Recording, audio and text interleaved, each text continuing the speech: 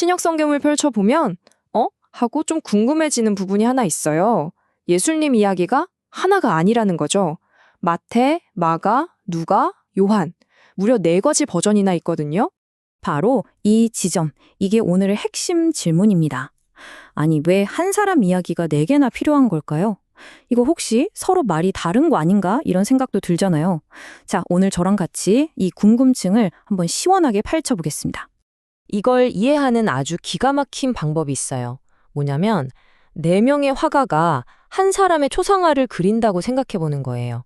다들 같은 사람을 보고 그리는데 어떤 화가는 그 사람의 카리스마 넘치는 위엄을, 다른 화가는 그 사람의 따뜻한 미소를, 또 다른 화가는 깊은 고뇌를 담아내겠죠?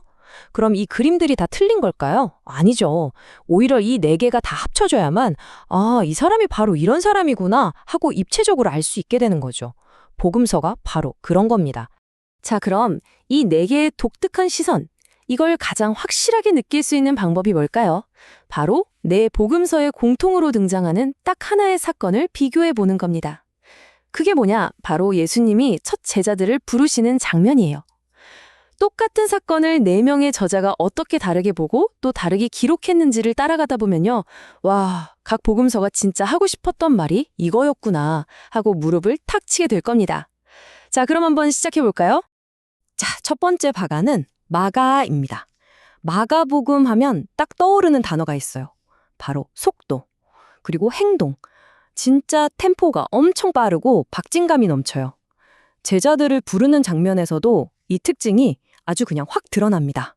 마가의 관점은 이 한 문장에 다 담겨 있다고 해도 과언이 아니에요.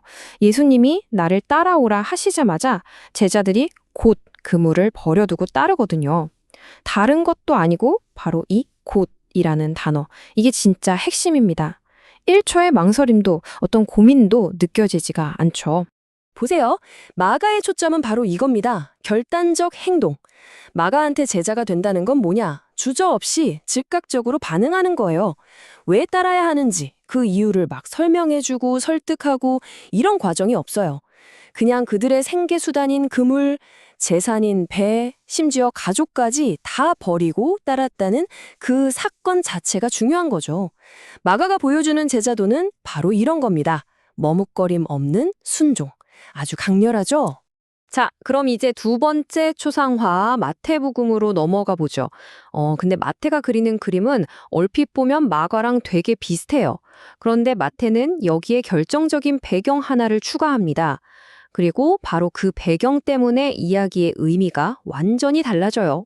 이게 바로 그 결정적인 차이점입니다.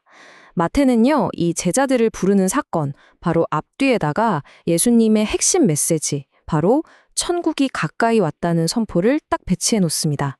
이게 무슨 뜻이겠어요? 제자들을 부르는 건 이제 그냥 개인적인 선택의 문제가 아니라는 거죠. 이건 방금 선포된 하나님 나라, 즉 천국의 일을 함께 만들어갈 팀을 꾸리는 일종의 창단식 같은 사건이라는 겁니다. 이 표를 보시면 그 차이가 한눈에 들어오실 거예요.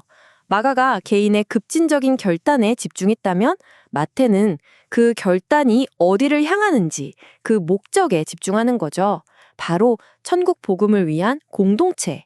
그러니까 제자가 된다는 건 뭔가를 포기하는 걸로 끝나는 게 아니라 훨씬 더 큰 이야기, 하나님 나라라는 위대한 프로젝트에 참여하는 새로운 시작이라는 겁니다. 관점이 완전히 다르죠. 3번째는 누가복음입니다. 누가의 그림은요, 이건 거의 한 편의 단편 영화 같아요. 앞선 2 복음서보다 훨씬 길고 훨씬 더 드라마틱하거든요. 누가는 이 사건을 통해서 한 인간의 깊은 내면이 어떻게 하나님의 은혜와 만나는지를 정말 섬세하게 그려냅니다. 누가 보여주는 장면은 이렇습니다. 먼저 실패의 밤으로 시작해요. 제자들은 밤새도록 그물질을 했지만 한 마리도 못 잡았죠. 완전 절망적인 상황이에요. 그런데 예수님의 말씀 한마디에 그물이 찢어질 정도로 고기를 잡는 기적을 경험합니다. 이때 베드로의 반응이 어땠을까요?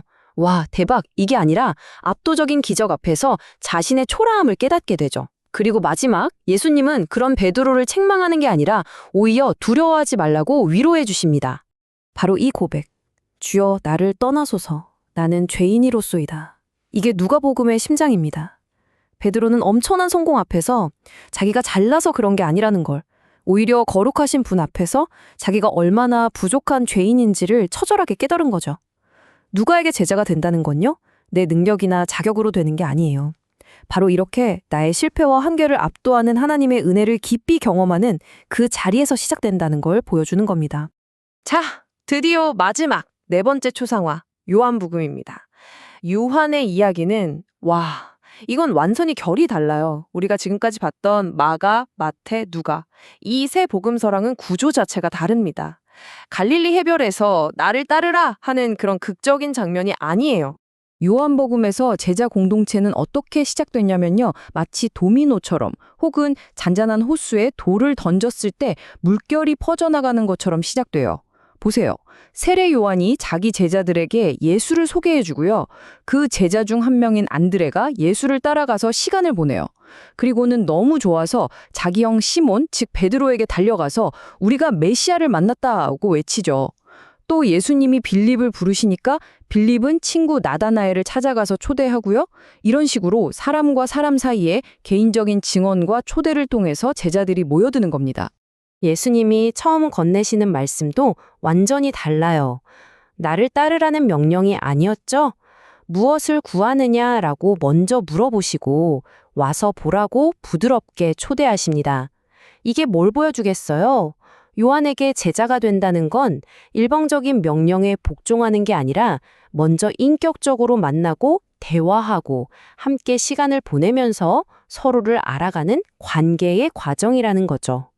그래서 요한복음을 보는요, 사람 낚는 어부가 되라는 사명, 즉 무엇을 할 것인가 보다 우리가 메시아를 만났다는 고백, 즉 예수님이 누구신가가 먼저 나와요.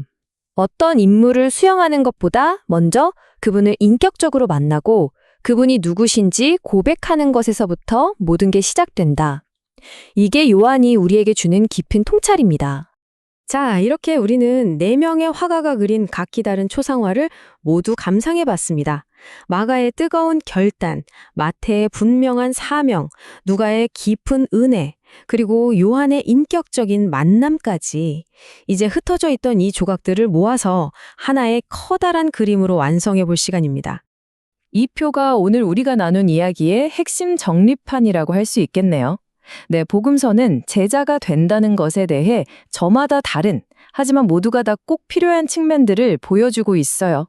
즉각적인 결단도 필요하고, 공동체적인 사명도 알아야 하고, 실패를 딛고 일어서게 하는 은혜도 경험해야 하고, 또 인격적인 만남과 고백도 있어야 한다는 거죠. 이 4가지가 모두 합쳐질 때 비로소 우리는 부르심이라는 사건의 진짜 풍성한 의미를 입체적으로 이해하게 되는 겁니다. 그러니까 처음에 던졌던 질문으로 다시 돌아가 보면 왜 복음서가 4개냐? 이건 성경의 오류나 약점이 아니라 오히려 엄청난 강점인 셈이죠. 하나의 시선으로는 다 담을 수 없는 그 깊고 풍성한 진실을 여러 각도에서 입체적으로 비춰주는 거예요. 우리가 더 완전한 그림을 볼 수 있도록 돕는 아주 세심한 장치인 셈입니다. 오늘 우리가 복음서를 통해 발견한 건 그냥 오래된 종교 지식이 아니에요. 이건 우리가 세상을 살아가는 방식에 대한 아주 중요한 질문을 던져주거든요. 내 생각, 내 관점만이 정답이라고 믿기 쉬운 세상이잖아요. 그런데 오늘 본 것처럼 하나의 사건을 이렇게 다양한 시선으로 바라보는 태도가 우리의 삶을, 우리의 이해를 얼마나 더 깊고 풍성하게 만들어줄 수 있을까요? 오늘 한번 곰곰이 생각해 볼 만한 질문인 것 같습니다.